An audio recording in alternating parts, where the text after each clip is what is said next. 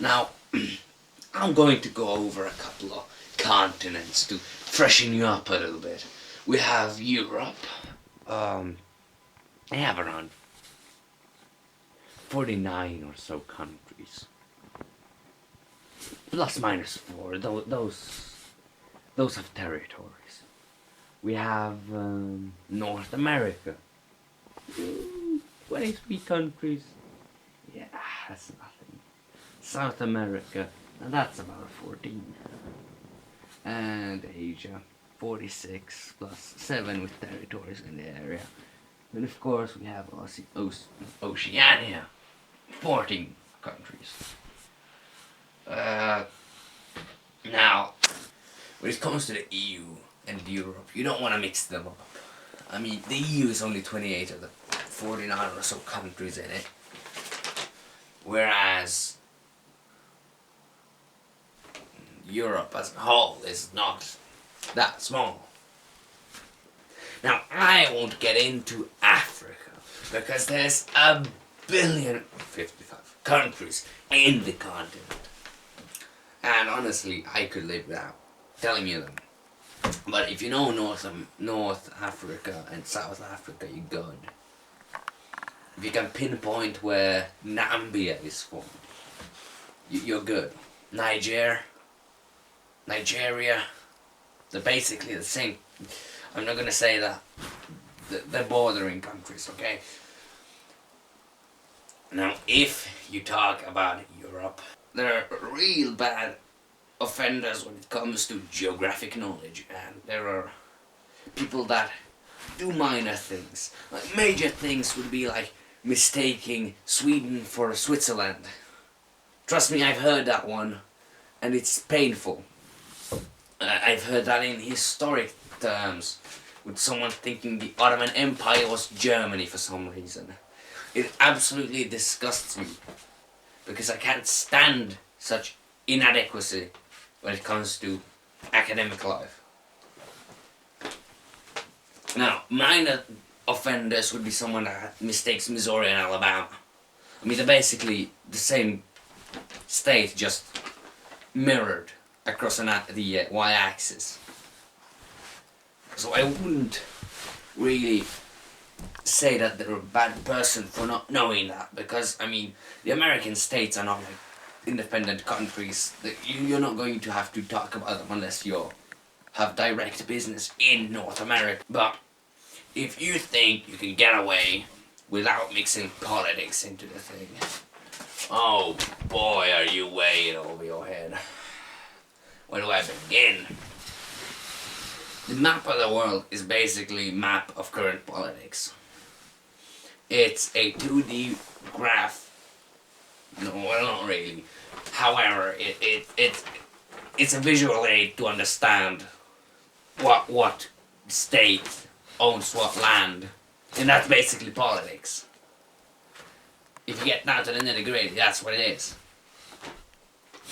However, if you believe that somehow you can get away with it, good luck.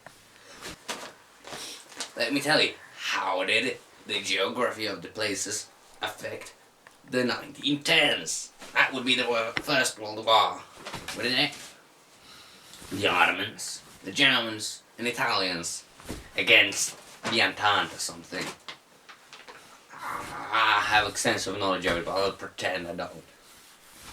Then we have the 1930s, the Axis versus Allies. You'd be a bit of a moron to not know where Belgium is.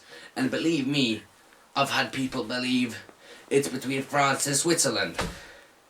I'm not kidding. I am breaking down. I beg you people, can you stop doing this to me?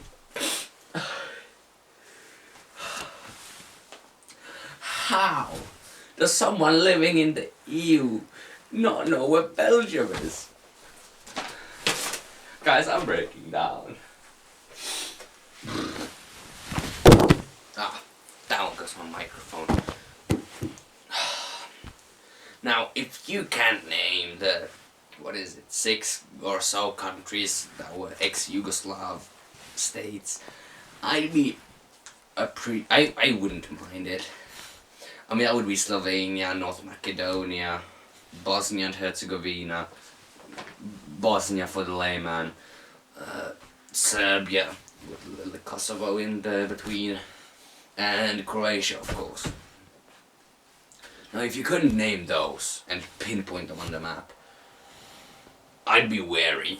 If you, on the other hand, think Africa is a country, or you, for some reason, think there are only like 3 countries in the world, like America, Russia, and China, I'm personally going to demolish you. That's for a first.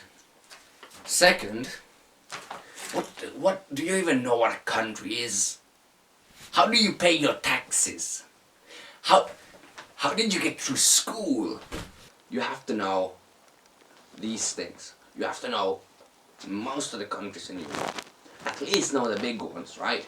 That would be Spain, Portugal, England, France, Germany, Sweden and the Nordics, the Benelux. You know what that stands for, right? The Benelux. Belgium, Netherlands, Luxembourg. Is that too hard to understand? It's not a damn country.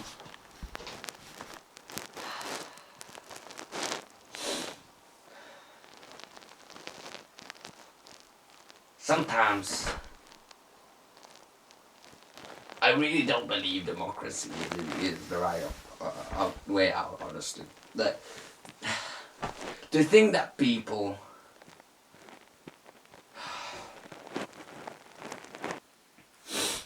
but in reality, if you think about it, it's not that hard. It's really not that hard.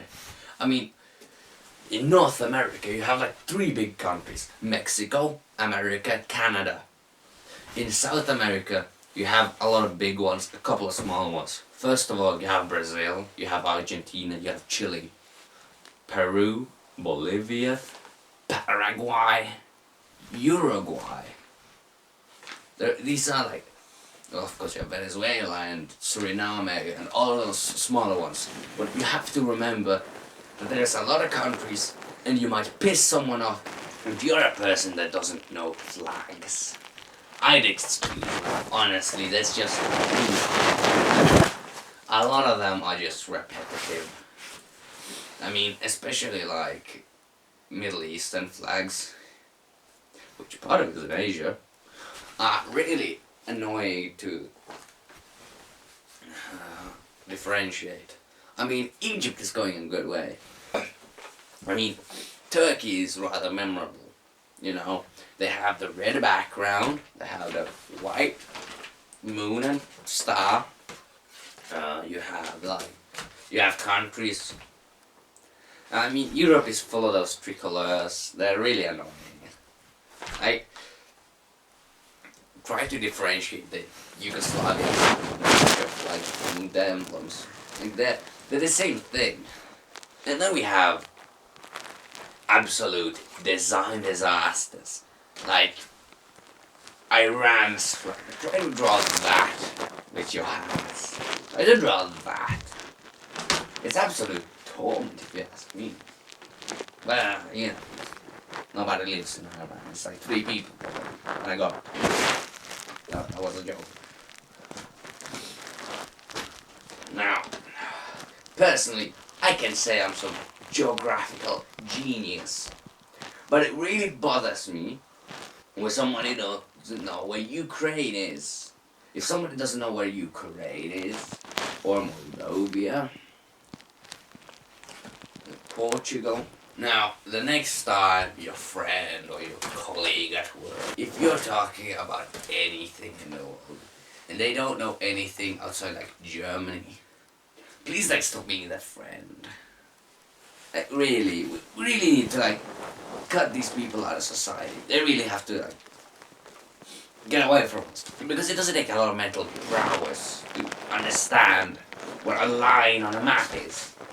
If you don't know African countries, I get it, not significant yet.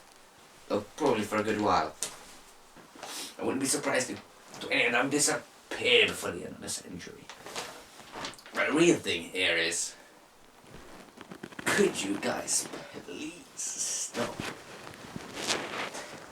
I'm really begging you guys. Like, stop. Just look at a map once. Please.